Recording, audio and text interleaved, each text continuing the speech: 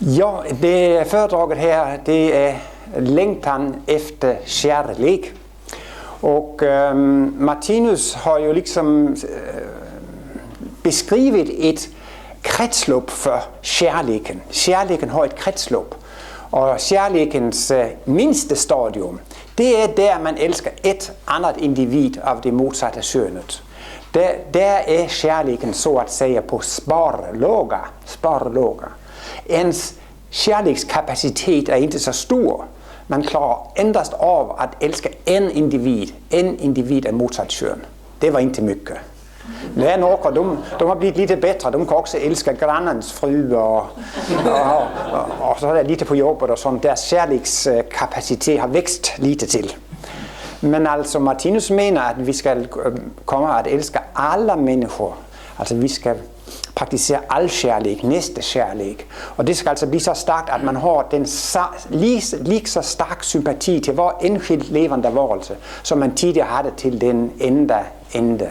Så liksom man har dem där på gasen, alltså ibland så är det full med gas och så brinner det väldigt varmt och så kan det skruvas helt ner till sparlågan. Jag har tänkt en del på vad är det som gör att människor de blir så sorgsna. Varför blir man ledsen? Alltså det är människor som tycker livet inte är värt att leva. Det kan vara många olika orsaker. Men ofta så tror jag det är därför att man har mist någon man tycker om. Alltså om man har ett barn som har dött. Alltså om man verkligen älskar sitt barn över allt. Och då där barnet dör, då kan man komma till att uppleva en mycket stor sorg. Eller om det är en av ens föräldrar eller det är en äktemaka eller då kan man också komma att uppleva mycket stor sorg. Man kan förlora vänner och sånt. Alltså. Jag tror det är något av det som påför människorna den största sorg, att man förlorar. Det kan också vara bara att det är ett vänskap som går i tur eller någon vän som flyttar bort eller man kan bli mycket ledsen för att man förlorar något. Och det skulle ju vara skönt om man kunde ha så att säga en kärlek som var med garanti. Alltså en kärlek där man inte kunde förlora någonting. Men det kan man ju tydligen i den äktenskapliga kärlek eller den som man har till de enstaka människorna. Det behöver ju inte, som jag säger, det behöver ju inte bara vara äktemaken eller partnern. Det kan ju också vara barn och föräldrar och vänner och sånt. Man kan uppleva en mycket stor sorg. Och jag tror ju också att människor de har lagt ner oerhört mycket tid på att tänka på idealpartnern. Alltså man har vissa föreställningar, man har vissa önskningar och så önskar man inte den graden att träffa en person som är den idealiska partnern. Ja, jag vet inte, jag tycker ofta, själv jag har tänkt på det, jag vet ju inte hur ofta ni har tänkt på det, men jag tror det är ganska allmänt att de flesta människor de har sådana romantiska föreställningar och man lägger ner oerhört mycket tid på att föreställa sig och man går och hoppas på att man snart träffar kvinnan i sitt liv, att man träffar mannen i sitt liv och man önskar att träffa den helt idealiska personen, liksom att det är det som ska bringa ljuset in i ens tillvaro. Martinus han menar ju inte att sexualitet och sånt det är något smutsigt, något förnedrande och sånt. Han gör ju egentligen, han upphöjer sexualiteten till något mycket fint och något gudomligt. Han säger ju att i djurriket, där kämpar individerna ju mot varandra.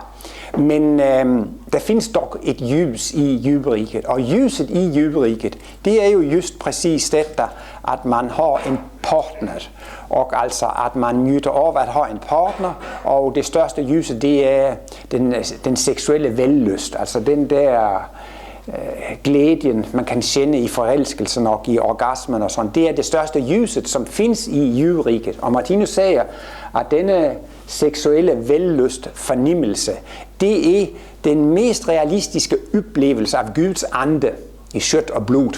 Det är den mest realistiska upplevelse av den heliga anden. Det vill man kanske tycka det låter lite konstigt om man var i kyrkan. Men inte desto mindre så menar Martinus alltså att det är, om det nu går alltså att uppleva Guds ande i kött och blod, då är det alltså genom den sexuella vällust förnimmelsen. Och därför är det ju också något mycket stort och något mycket starkt. Det är ju skrivit många böcker om man inte får den person, som man elsker, då kan man likevel gøre selvmord. Jeg har selv læst en del franske bøger der fra 1800-tallet med i den romantiske periode. Og de handler jo bare om en sak. Man skal demonstrere, hvor højt man elsker en anden menneske. Og hvor højt kan man elske en anden? Altså, om det skal gøres i noget konstnærligt udtryk. Ja, altså, om man får den, man elsker, men då, det er jo ingen sag. Men altså, om man kan gå så langt, at man tager sit eget liv, derfor man ikke får den, man elsker, då har man jo virkelig visat, hvor højt man elsker den anden. Det er simpelthen det største i hele livet. Jeg har også tænkt på det her med Jesus på et andet sæt, men motivet er vel det samme. Lad mig sige, om man nu... Så her har vi verdens dygtigste lækere. Denne lækere her, han er den dygtigste i hele verden. Men det er ingen mennesker, som er syge. Hvor kan han dog vise, hvor dygtig han er? Men om der er nogle, som er dødssyge, og han boter dem, då kan man se, han er virkelig en dygtig lækere. Og jeg mener også om Jesus, når man nu skulle demonstrere, det er verdens mest kærlighedsfulde mand. Hvor skal han demonstrere det? Om han hele tiden omgår sig med venner, så påstår vennerne, denne mand, det er den venligste mand i verden. Men det er vel ingen kunst at være venlig mod sine venner. Altså der kan man ligesom ikke demonstrere omfanget af sin kærlighed. Men gennem at Jesus han blev tortureret, det, som de har beskrevet i Bibelen, blev han jo tortureret gennem 9 timer. Og even i den situationen havde han sympati for sine bødler. Han siger, forlåt dem, du ved ikke, hvad de gør. Det er jo ligesom det mest næsten dramatiske eller spektakulære sættet at vise på omfanget af hans kærlighed. Altså han kan elske alt. Hvor langt skal man gå? Det måste vel være en anden grænse for hvor mycket, hvad man skal indbefatte med sin kærlighed. Men der fandt faktisk ingen grænse for at han ville give sit liv. Og det er vel lige ved der motivet, der også findes i den romantiske perioden. Det var jo også Goethe, der skrev den unge Werther. Lideren af den unge Werther. Og han ville jo også begå selvmord, derfor han ikke kunne få sin Lotte, eller hvad der var, hun hed. Så det er jo et fint kunstnærligt sæt at vise på, at det er altså det største, det er det højeste i livet, det er altså at få den, som man er forelsket i. Men Martinus han taler jo om, at i jøderiget, då er de levende varelser, då er de enpolige. Og det vil sige, at man har udpræglet af maskuline væsen og feminine væsen. Men om man nu frågar, hvad er skillnaden på en jøde og en menneske? Hvad er skillnaden? Og då siger Martinus, ja, skillnaden, det er jo intellektualiteten, eller intelligensen. Og det tror jeg også, even om man ikke er interesseret i Martinus, så er man jo med på, at skillnaden mellem jøder og mennesker, det er, at vi har intelligensen. Det findes jo mange jøder, som er mycket stærkere end os, men vi er herrer over jøderen, for vi kan jo udspekulere, hvor vi skal overvinde jøderen. Så altså, skillnaden mellem jøder og mennesker, det er, at mennesker har børt at udvikle sin intellektualitet. Og Martinus taler om, at alle levende væsen har 2 poler, og der kalder han jo den ene for den seksuelle polen. Og det er jo den maskuline hos hanen og den feminine hos hunden.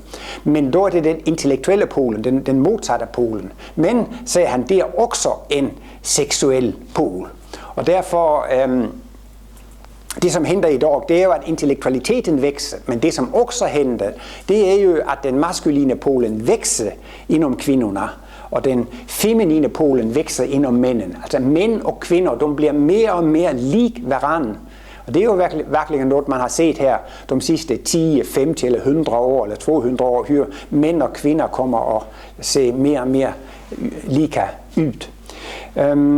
Efter 2. verdenskrig var der en, som skrev en bog, som hedder Fredens anatomi. Jeg har ikke læst den, men jeg tykker, det er en bra titel. Og så har jeg tænkt på med Martinus' term, at der kan man også sige, i stedet for at prate om fredens anatomi, skulle man også kunne prate om krigets anatomi. Og krigets anatomi, det er jo enpolighed. Altså al krig har sin rod i, at man er partisk. Altså man fordrer nogen frem for en anden. Og når man ikke er dobbeltpolig, då er det jo klart, at du behøver man den modsatte polen for at blive en komplet varelse. Inden kosmologien prater Martinus om, at når vi bør blive dobbeltpolige, då bør vi blive intuitive og kan få kosmiske glimt. Og når man er dobbeltpolig, då får man kosmisk medvetande. Men når man er enpolig, då får man jo ikke kosmisk medvetande. Men det interessante er jo, at i samlaget, då smelter man jo til sammen som et kjøtt. Martinus refererer ofte til Bibelen, der han siger, at manden skal læmne sin fru. Nej, det skal han ikke. Jo, det skal han, men altså, manden skal læmne sine forældre og holde sig til sin hustru, og de skal blive et kjøtt. Og der kan man jo sige, når det er to enpolige varelser, som bliver til et kjøtt, då bliver det jo faktisk et konstigt dobbeltpoligt væsen. Og når man er dobbeltpolig, då åbner det for Guds ande. Det åbner på et sæt faktisk for kosmisk medvetande eller intuition. Men det man då oplever i den seksuelle parningen, det er altså Guds ande i en instinktiv form. Martinus han prater jo om olika spiralkredsløb. Og syftet med hver spiralkredsløb, det er, at man i den fysiske verden skal bygge op et nyt kosmisk medvetande. Det henter, man bør i mineralriget, går videre gennem vækstriget, man bygger op et nyt medvetande. Syftet med hver spiralkredsløb er at forny sit kosmiske medvetande. Og då lever man lang tid i den åndelige verden, der man nyter frugterne af alt det, som man har lært sig i den fysiske verden. Det gamle kosmiske medvetande, det bliver upræbet, indtil har det blivet til automatik, indtil har det blivet instinkt. Og då går man ind i den fysiske verden igen. Det gamle kosmiske medvetande har då blivet forvandlet til instinkt. Og det vil du sige, at det gamle kosmiske medvetande, det gamle Guds medvetande, har nu blivet til instinkt. Men det er faktisk dog gennem den seksuelle instinkten, den seksuelle driften der, når det kommer til en udløsning, der oplever man faktisk Guds ande, men i en instinktiv form. Så det der med det, som handler med jøderiket, det er jo faktisk, at man oplever intuition i en instinktiv form gennem sønsorganet. Men senden, det vi er på væk imod, det er jo for kosmiske glimter og kosmisk medvetande. Der skal vi komme at opleve intuitionen medvetet gennem hjernen. Og det er jo så den udvikling, vi er på væg imod. Og om man har blivet dobbeltpolig, da har man fredens anatomi. Martinus sagde, det er nødvendigt med et organ for hver funktion. Om man skal gå, då måste man jo have ben, og man skal se, så skal man have øjne, og man skal lysne, skal man have ører. Man skal jo have et organ til hver funktion. Og då er det altså også, om man nu skal elske alle mennesker her på kloden, ikke endast et køn, men både køn, då måste man jo også have organ til at elske både køn. Og det er det jo, om nu det er en kvinde, då har hun jo en feminin pol, då har hun et organ til at elske mænd. Og modsvarende har mænd jo også en maskulin pol, det er organet for at elske kvinder. Men kvinden har inget organ for at elske andre kvinder, og manden har inget organ for at elske andre mænd. Men det får han og hun gennem at udvikle den modsatte polen. Der får man altså de organiske forudsætningerne. Så faktisk var det lidt tøft, når Jesus redan for 2000 år siden så, at man skal elske sin næste. Og man skal elske sin næste lige højt som man skal elske sin næste lige som sig selv og Gud overalt. Så faktisk er det idealer, som de ikke kan opfylde, for de har ikke de organiske forudsætningerne for at opfylde næste kærlighedsloven. Men vi er jo altså snart på væg imod at. Men når jeg vil tale om længden efter kærlighed, så er det jo mest dette, at man bør få en ny længden, og det er altså en længden efter at opleve Gud. Men dette at opleve Gud, det er jo også en oplevelse af at kende sig et med alle andre levende varelser. Men altså dette at opleve Gud, det er jo også at få en enhedsoplevelse. Man kan sige, om man nu tager helheden, om man de gamle religioner og kristendom. Nu tager vi alt, hvad som eksisterer. Hvad kommer då? Jo, då bliver det jo det gode og det onde. Og Gud er ophovet til det gode, og djævelen er ophovet til det onde. Men denne helhed af godt og ondt, det er jo ikke en enhed. Altså helheden er ikke en enhed. Helheden, det er Gud og djævelen. Så er det jo to i helheden. Og det er jo det, som tycker jeg er det helt fantastiska med Martinus världsbild. Det er, at konklusionen af alle hans analyser, det er, at alt er mycket godt. Og faktisk, at alt, hvad som eksisterer, er en enhed.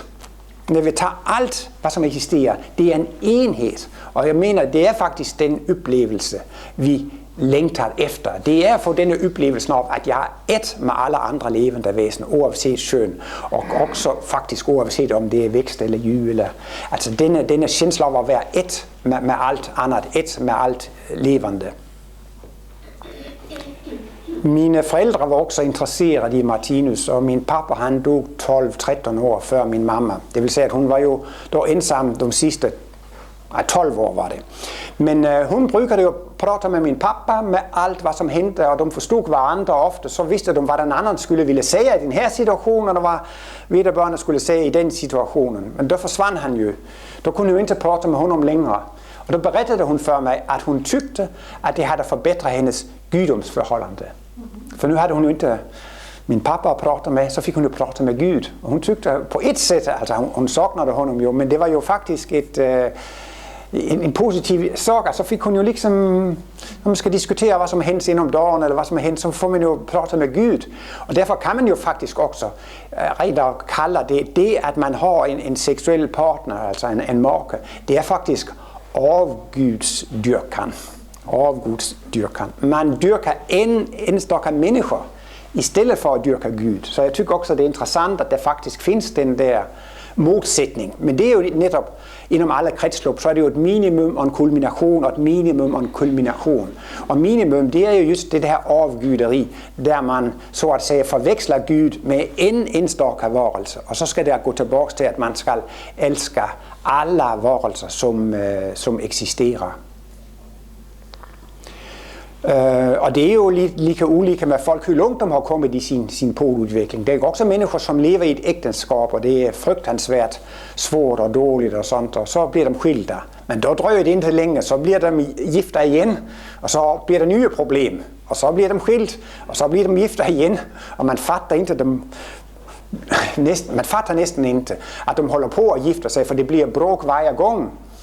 Men jeg mener, at det er jo derfor, at man har en sådan, og det er jo i ordning, altså man har en sådan enpolig struktur, så man måste have en partner. Det som hænder, når den modsatte polen udvikler sig mere og mere, det er faktisk det, at man bliver mere og mere selvstændig. Det er jo faktisk det, at ens tilgang til lyset er beroende af, at man har tilgang til en af modsat køn, at man så at sige ikke eller har monopol på en af modsatte kønnet. Men efterhand, som ens intellektuelle pol udvikles, då bliver man jo mere og mere selvkørende, selvstændig. Og det ytrer sig også gennem, at man får flere interesser. Martinus han deler på det her sæt, at han siger, at alle interesser, som har med maken og barnen og huset og familien at gøre, det er enpoligheden.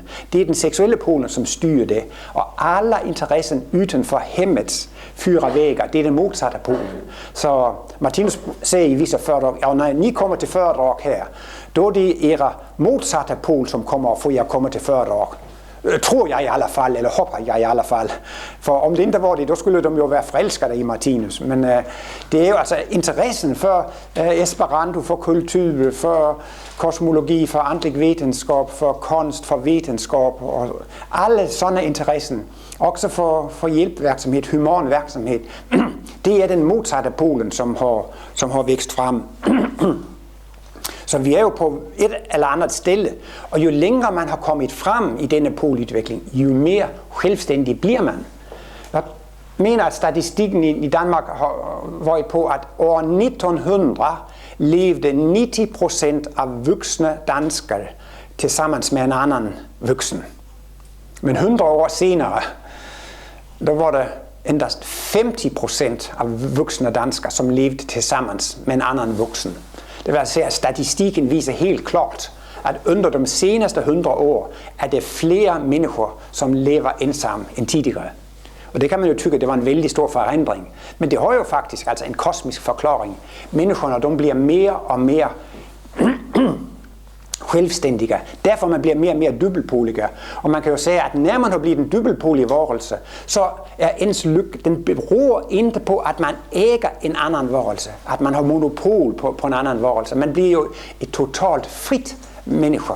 Martinus har ju också talat lite om hur man ska bo i framtiden. Han menar inte att man ska bo så där i jättestora byar. Man ska bo lite mer på landet. Och då blir det sådan lite mer åt det där hållet med att man ska bo på ett stort slott eller sånt. Men alla ska leva, vad ska man säga, man ska ha sitt eget rum. Alltså man ska vara fri och oavhängig. Men det är ju inte därför att man inte vill ha något med andra människor att göra. Man vill mycket gärna ha kontakt med andra människor. Och därför är det bra att bo i en sorts kollektiv. Alltså inte där man ska bo för tätt tillsammans. Alltså man ska ju liksom ha sitt eget område där man är självständig och suverän. Men det är ju bra att bo ett ställe, då kan man äta tillsammans eller spela pingis tillsammans. Eller alltså man har sällskap, man har gemensamma lokaler och sånt. Och så menar Martinus det ska bli mer i framtiden. Det är ju inte så att vårt intresse för andra människor blir mindre, den blir mycket större. Men vi får mycket större trang till att bli självständiga. Och jag menar också idag att det är många människor som skiljer sig. Det är sådan, på något sätt så kommer de att leva lite för tätt. Alltså det är där när man ligger mycket tätt tillsammans med en annan människa. Så blir man lite... man blir lite bunden och man är inte fri. Det blir lite besvärligt att leva för tätt. Så ibland kan man känna att det var lite skönare att ha lite större distans. Jag vet inte varför jag kommer på det här nu, men Martinus, det var en kvinna som frågade Martinus lite om samlevsförhållanden. Och då nämnde Martinus bara en detalj, det var ju att när man och kvinnor de sover där i en dubbelsäng, då delar man ju också aura. Och jag har också sett på djur och sånt, ofta så sover de i en stor hög där man delar aura med andra. Det kan väl också vara mycket positivt. Men det var en dam som frågade honom om lite samlivsproblem, men så sa hon ju också mycket stolt att nej, men de sov i varje sitt rum. Och det är ju klart, då kan man ju verkligen vara fri och självständig. Då behöver man inte dela aura med någon. Men så menar han ju kanske också, ja men då är det ju heller ingen äktenskap när man liksom inte hade det där samlivet. Så efter den historien, när jag går in i bussen och tåget, så ser jag alltid om det sitter någon i närhet så jag inte ska dela min aura med andra människor. Det gäller. Det är klart, man kanske också kan suga lite på de andra om man är en som är mycket kärleksfull, så är det kanske behagligt att sitta tätt in till en annan. Men utvecklingen går i alla fall emot att man blir mer suverän, mer självständig, man vill vara mer fri. Men man vill ändå faktiskt ha mer kontakt med andra människor än man skulle vilja tidigare. För tidigare var det ju familjen som hade störst prioritet och de andra hade mycket mindre prioritet. Men det är också fantastiskt idag. Då kan en kvinna säga: mina väninnor förstår mig bättre än min man. Och en man kan också säga: mina kompisar, de förstår mig bättre än min fru. Men det är ju faktiskt alltså bra på ett sätt. För det visar ju att man har kommit längre i polutvecklingen. Och det är ju därför att när män, de kan bli väldigt goda kompisar och ha ett förtroget samtal. Det är det ju därför att de har utvecklat sin feminina pol. Och när kvinnorna kan vara goda väninnor är det ju därför att de har utvecklat sin maskulina polen. Men Martinus menar att så småningom så kommer det en ny längtan hos människor. Och den yttrar sig bland annat också genom att man gärna vill göra något för andra människor. Från djurriket då får man ju klara sig själv och man blir mycket egoistisk och självisk. Men efterhand så börjar man alltså vilja hjälpa andra. Och Martinus skojar ju lite mer om hur det kommer att gå med sport i framtiden. Om man nu ska springa snabbt, när man då kommer fram till mållinjen, så stannar den först upp. Nej, nu blir de andra ju ledsna för att förlora. Så han inviterar nästan: nej, går du över först? Nej, så kommer nej, det vill jag inte heller. Nej, går du över först? Så står de där och diskuterar framför målsträcket vem som ska gå över för. Det kommer ju att förstöra all sport. Men det är ju något de kommer att tänka. Ja, jag får ju erkänna att jag är väldigt mycket sportsintresserad. Faktiskt har jag bara 2 intressen: krig och fred. Sport och kosmologi. Och det var ju fotboll igår kväll, där svenskarna fick 0-0 och danskarna fick 3-0, så jag är ju glad och lycklig idag. Men det er jo mycket självisk og egoistisk. Og der findes et foredrag, der Martinus han taler om de kriminelle og de yngste i samhället. Der prater han om, at i fremtiden skal det ikke være fængelse. Det skal være fine juniorsamhällen. Det skal være kultursamhällen. Og dem, som tykker om sport, dem, som tykker om fodbold og boksning, då kan de jo bo der i juniorsamhället. Men det findes ikke ute i det virkelige samhället. Så det var jo noget som svedt, når jeg hørte det der, Martinus sagde længere ud i fremtiden. Det bare, og det er jo et genialisk fængelsessystem. De tykker, det er tråkigt at være derude. For det findes jo ingen fodbold og ingen boksning. Så vil de jo hellere være der det findes. Så det er jo, men han siger jo bare, at samhället skal ikke straffe de kriminelle, men de har ret at beskytte sig imod dem og sætte op visse grænsen. Så det gælder jo altså liksom altså man bør jo få en trang. Altså man har jo en selvopholdelsesdrift. Det er noget, som byder med at kæmpe. Det er noget, som byder med, at jeg skal klare mig selv. Der er også en dansk, som har blivet mycket berømt i Danmark, derfor at han overlevede forliset med Estonia. Og han gik til pressen og berettede, hvordan han overlevede. Han berettede, at han havde knuffet andre ned for trappen, for selv at overleve. Og så tænkte han, undre om de andre overlevede, eller om de ikke havde klaret det, derfor jeg knuffede ned dem. Men han var helt i panik for at redde sig selv. Og så har han jo fået mycket samvitskval efteråt. Og der kan man sige, det er jo virkelig i katastrofesituationer. Der kommer det jo frem, den her selvopholdelsesdrift. Men det mest interessante, det er jo, at Martinus mener, at der kommer en ny drift. Og det er, at man får et nyt begær. Man får et afståelsesbegær. Man vil afstå. Det vil sige, at man vil ikke vinde over de andre. Man vil afstå for vinsten. Man vil ikke gøre andre læsen. Man vil, at de andre skal vinde. Der gør det intet, at jeg forlorer. Og det er jo også det, som Jesus han taler om, at den største kærlighed har den, som vil give sit liv for andre. Og det kan man jo sige, at det findes jo visse, dem der med, man er i nogle retningsbåter ved en forlis og sådan, så er der nogen, som giver sit liv, for at andre kan overleve. Det er jo virkelig at give sit liv for andre. Man kan også gøre det i et ægteskab, gennem at man gør noget for morgen. Jeg jobber ekstra, så kan du få din udbildning, eller jeg gør noget ekstra, så kan du det. Altså man kan jo give sit liv også, gennem at ofre noget af sin bekvemmelighed, behagelighed, at man gør noget for andre. Ingen har større kærlighed end den, som vil give sit liv for andre.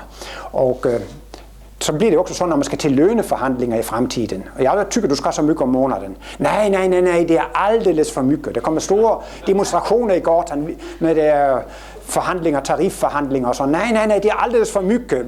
Vi lærere, vi vil have mindre i løn. Det her, det er aldeles for mycket. Vi har ikke fortjent at få så mycket.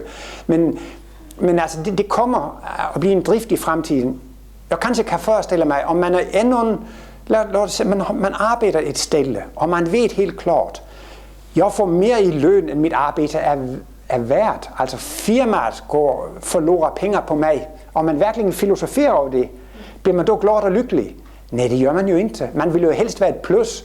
Det, som kan gøre en lykkelig, det er vel, når man gør en anden lykkelig. Man giver en anden noget, og den bliver gladere. Tak skal du have. Du kan tro, jeg bliver glad, når du hjælper mig. Da bliver man jo selv mycket glad. Så det bliver jo mere det, at det bliver et begær at leve i glæden gennem at hjælpe andre. Men just nu er det jo mycket, at man skal forsøge at blive millionær og milliardær, og man skal ryge for 8 sig, og så tror man, at man bliver lykkelig. Jeg har den der lille vers, jeg har lært en gang på 4 linjer. Når eller då jeg lykken ville æge, flygtede den fra mine vægger, og når jeg lykken ville bringe, følg den til mig på englevinger. Det vil sige, altså ofte så jager man lykken, men då flygter den. Altså jeg vil være rig, og jeg vil være direktør, og jeg vil være berømt, og jeg vil have have alt det. Men då flygter lykken. Men når man helt glemmer af, hvad skal jeg gøre for at blive lykkelig? Man tænker på, hvor kan jeg hjælpe min kompis? Hvor kan jeg hjælpe en syg? Eller, altså, hvor kan jeg hjælpe de andre? Når de nu kommer og siger tak, og det lykkedes, då kommer man at blive glad. Og det vil jo sige, at då kommer man ind og oplever det her, at man kommer så småningom og får et nyt begær. Man må endast bra, når man hjælper andre. Og då kommer det liksom at blive et begær. Og det er jo helt fantastisk, når man kommer fra jøderiket med et selvbevarelsesdrift, et begær efter at bevare sig selv og selv få magt, at det kan vente til at blive det modsatte. Og når man bør komme til det der stillet, då bør man faktisk også at få en ny længtan efter kærlighed, og det er jo altså en længtan efter Gud. Og Martinus, han fik jo kosmisk medvetande i påsken 1921.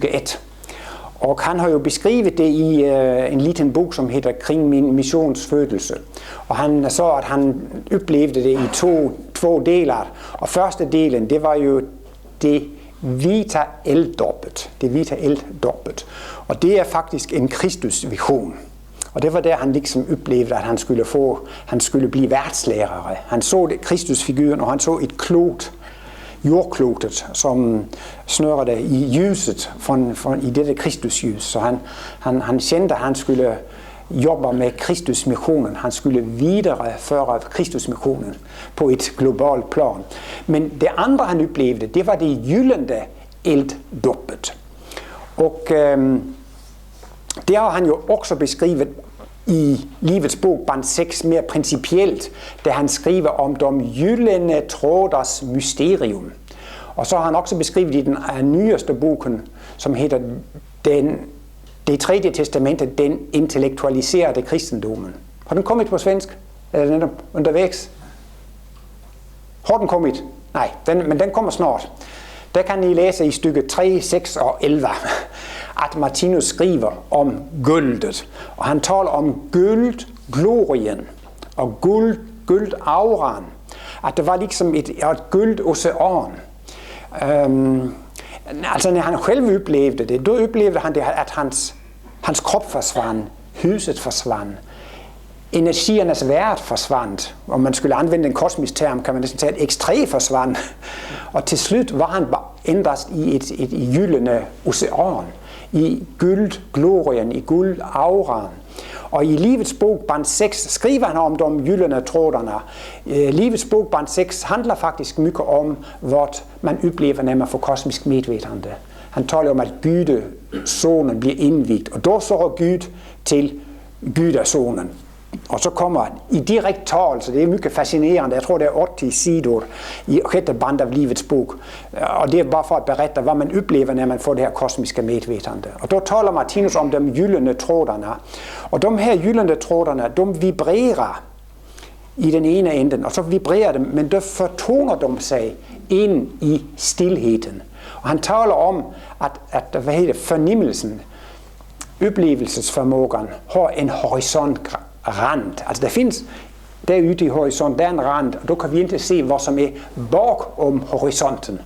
Og det er der også i den der oplevelse af det gyldne oceanet. Man ser de her gyldne tråder, de vibrerer umærkeligt ind i stillheden, og de forsvinder bag om fornemmelsens horisontrand. Så det er jo det går næsten ikke at fatte, men det er også det, Martinus har beskrevet i sine analyser, der han beskriver det levende væsen med X1, X2, X3, det er skaberformågen og det skabede. Der findes et X1 uden for energiernes værd. Dette X1 jaget, som er uden for energiernes værd, har en formåge at anvende energierne. Og det er så gennem skaberformågen og oplevelsesformågen. Men det siger Martinus, det er jo absolut det største, man kan opleve. Og det mener jeg også, at det er det største og det højeste, man kan opleve i hele spiralkredsloppet. Det er jo, at man har været borte fra de andre i vækstriket, i djurriket som jordmennesker. Der har man været borte fra de andre. Og der kommer man så at opleve, at man i virkeligheden er et. Og det man kommer at opleve, det er, at hver enskilt væsen har jo et medvetande. Men altså alle levende væsens medvetande, de smelter ihop til et enda medvetande. Og det er det, som man kan opleve igennem det der gyldne elddåb. Da oplever man helt enkelt den her mycket stærke enhedsfornemmelse, at vi er alle et. Man kan også sige, hvor skal vi med den her analysen af X1, at i virkeligheden så har vi det samme jag. Vi har den samme X1. Men jeg mener, det kanskje kan motivere en til at være lidt mere snäll mot de andre, når man forstår, at egentligen hører vi ihop. Vi er en enhed. Man kan jo sige, at om man sparker en anden menneske, då er det idiotisk, for enligt karmelagen, så sparker man sig selv. Men også kan man vente på det og sige, om man sparker en anden, då sparker man også Gud, og det er også tokigt. Så det enda fornuftige, det er jo at lade blive at sparke Gud, lade blive at sparke de andre, for genom at man gør det, sparker man sig selv, hvor man sparker på Gud. Så det er jo en mycket stor oplevelse, og jeg hørte jo Martinus' sidste fødselsdagstal. Det var det kanskje også andre, der gjorde det. Martinus 90-årstal, det er noget som nikker. Og vi har jo taget det på band. Og der beretter Martinus jo om ulike saker. Det var altså hans sidste fødselsdag som 90-åring. Og der kommer han og beretter lidt om, når han oplevede det i Jylland, der elddåbet. Og han taler altså om den her guldglorien og sådan. Og der bliver han så rørt. Altså, så rørt at han bør næsten at gråte, og det var vel, der ved ikke, 20 sekunder eller sådan, da han ikke kunne sige nogen ting. Og mange fatter det ikke, men så sagde han, ja, det må de undskylde. Og så får han løft, og så prøver han for, men han blev så rørt, og det forstår man jo, liksom altså når man lysner det om på bandet, då kan man virkelig mærke, når man er forberedt på det, at han bliver dybt rørt. Og det kan man vel sige, det var Martinus' største oplevelse. Det var jo, når han fik denne oplevelse af. Han var rent op i Guds medvetande. Han oplevede Guds medvetande. Og det er jo den største oplevelse. Og der mener Martinus jo også, at så småningom, når man bør blive mere og mere dybelpolig, så bør mennesker også at få en længtan efter Guds oplevelsen. Og det findes vel også mycket specielt i østerlandsk filosofi, det der med, at man skal meditere for at opnå en indvikning. Der er jo mange, som gør meditationsøvninger hver dag mycket systematisk og viljebundet for at komme at opleve Guds medvetande. Så det er jo noget, som dyrker det mycket medvetet. Kan også være, man næsten er lidt før ærgerig. Jeg skal helst have kosmisk medvetende, før I får det. Før I får det, for då kan jeg berette for jer om, hvordan det er at have kosmisk medvetende. Så bliver det også lidt ærgerighed, lidt sport, lidt konkurrence. Jeg kom før jer andre. Men det, der må gælde, det er jo det, at man vil tjene andre. Det bedste med de kosmiske glimterne og det kosmiske medvetende, det er, at det kommer totalt spontant, og det kommer som en stor overraskning. Og man behøver ikke at være ret. Det kommer i alle fald. Man behøver ikke at være nervøs. Det skal nok komme. Men nogen har ikke tålmodighed, der har en vis andlig girighed, og vil altså gøre genom antingen altså konstigt med droge, med LSD eller andre droge, eller genom en teknik. Martinus siger, man kan jo lære sig visse sætninger, visse satser, som er mycket kærlighedsfulde. Dem kan man upprepe hver dag. En time hver dag, 4 timer, 8 timer hver dag. Men om man mycket viljebundet og teknisk og uppreper sådanne kærlighedsfulde tanker, då kommer man også faktisk i et mycket kærlighedsfuldt miljø, og då kan man altså få kosmiske glimter. Men då mener Martinus altså, at då er nervesystemet ikke beredt, for man er ikke mogen for det. Man har fået det af konstgjort væg, af teknisk væg. Og det kan iblandt være ligesom at sætte starkstrøm på en svagstrømsanlægning. Så kommer der kortslutninger, så det kan være mycket risikabelt. Men altså, det kommer i alle fald, og det er jo bedst, at det kommer, når man er mogen for det. Lidt humoristisk, siger Martinus. Man skal ikke tro, at man får kosmiske glimter i et raseriudbrud. Når man er rasende og vred og kolerisk og sådan, så er man jo ikke på våglængde med den åndelige verden. Men når man er glad og nøjd, og man tykker, hvor herligt at leve, er livet ikke skønt, det er underbart at være her. Tak for, at jeg får leve, tak for, at jeg får opleve livet, og man er glad og nøjd og taksam. Det er jo i sådanne stunder, at man kan få sådan oplevelser, og då kommer de indbart når man er spontan, eller når man er mogen for det, då kommer det spontant, så man behøver ikke at jagte det så at sige. Men jeg mener endnu, at folk også kan kende, at de har lyst til kontakt med Gud. Jeg tror, det er i Martinus' erindringsbog. Kan også være i den andre, det er en anden, det er Brette. Det er kanskje Nibelvangs. Men en af de der 2 bøkerne, det er jo bra reklame, nu får I købe både 2, jeg kan ikke sige, hvilken som det er. Da siger Martinus jo, at han har et stærkt förhållande till Gud. Och då säger han ett ställe: jag älskar Gud så innerligen. Jag älskar Gud så innerligen. Och det har jag också tänkt på. Om nu Gud också är livet, så säger jag till mig själv: jag skulle gärna vilja kunna säga: jag älskar livet så innerligen. Det var ju härligt. Jag kan ju förstå, om man nu har ett gott gudomsförhållande, att man kan säga: jag älskar livet så innerligen. Jag älskar Gud så innerligen. Men det gjorde ju Martinus, ikke? Och Martinus menar också att när man börjar att få den här känslan att man längtar efter Gud, eller man längtar efter den här enhetsupplevelse, då går vägen faktiskt rakt mot invigningen. Att man har kommit mycket långt när man liksom börjar att känna den här längtan efter kärlek. Och när det har titeln längtan efter kärlek, så är det ju därför att det som vi är på väg mot just nu, det är ju att komma att uppleva en längtan efter denna enhetskänsla. Det är ju mycket intressant med Martinus kosmologi, för i 10 000-tals år, då har vi tänkt: det är något som är gott och något som är ont. Det är något som är behagligt och något som är obehagligt. Man har liksom delat det. Vi har i årtusenden tänkt i svartvitt, gott och ont. Men Martinus medger ju då att det är något som inte är behagligt. Men det obehagliga är ändå gott. Det behagliga, det är gott. Det är vi ju överens om. Men det som Martinus analyser kan visa, det är att det obehagliga också är gott.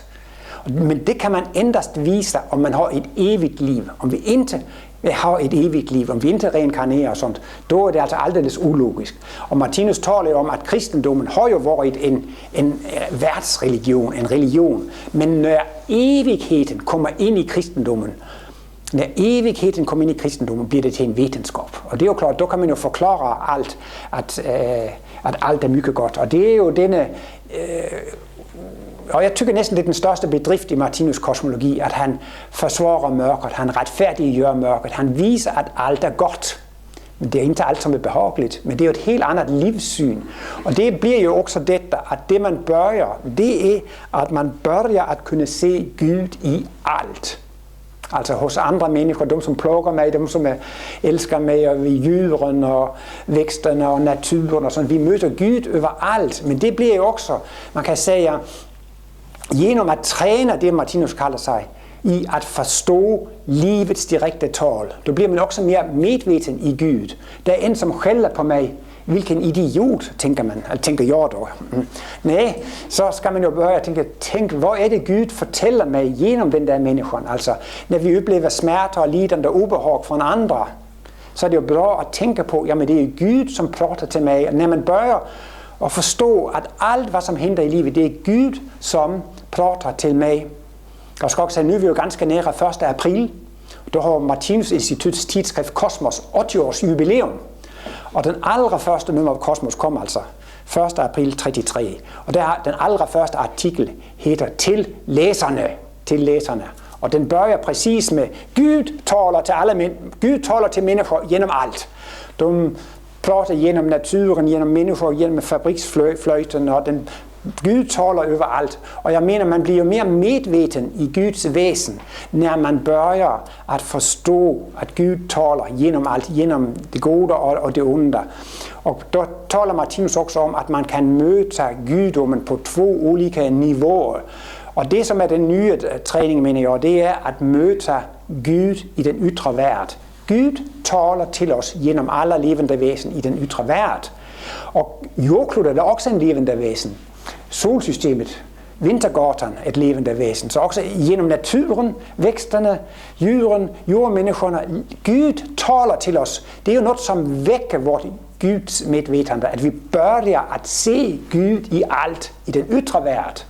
Och då talar Martinus också om att man kan gå in i sin lönkammare. Och då kan man alltså också andlig väg prata med gudomen. Och Martinus, han talade ju också med Gud om alla saker. Martinus menar inte att bönen ska vara en ramsa som är medvetslös. Han menar att bön och meditation, det borde vara en intellektuellt samtal med livet. Så om meditation är ett samtal med Gud, om det är en intellektuell process, då säger Martinus, då är det ju gott. Men det ska inte vara en medvetslös teknik. Og det kan jo kanskje være noget, som gør det for dem, får det fysisk bedre. Men altså det, som er idealet, det er jo, at bønnen eller meditationen skal være en medveten korrespondance med Gud. Og det er jo klart, at det er jo en træning at bøje at se, Gud taler til mig i det ydre. Og der er det også det her, som jeg skulle ville komme ind på, det er jo det, at man kan kende mycket stor sorg, og man forlorer, inden man kender. Ja, det kan bare være en ven, som rejser til en anden stad, eller som ikke vil se mig mere, og man kan kende stor sorg. Det er jo lidt tragisk, at man kan kende så stor kærlighed, og så kan man forlore den. Det burde jo være et garantibevis. Men det er det jo præcis, at om man har kærlighed til en del af guddommen, då kan man jo forlore den der delen. Om man har stærk kærlighed og længter mycket stærk efter kærlighed til en individ, då kan man forlore det. Men om det går om kærligheden til Gud, då går det jo ikke at forlore. Alt eksisterer. Summen af energi er konstant, summen af levende væsen er konstant, men dog uendelig. Så det vil jo sige, at det er umuligt at forlore Gud. Og det er jo også, der får man jo virkelig et bergsgrønt klipper under fødderne. Altså, då er det altså virkelig en helt sikkert.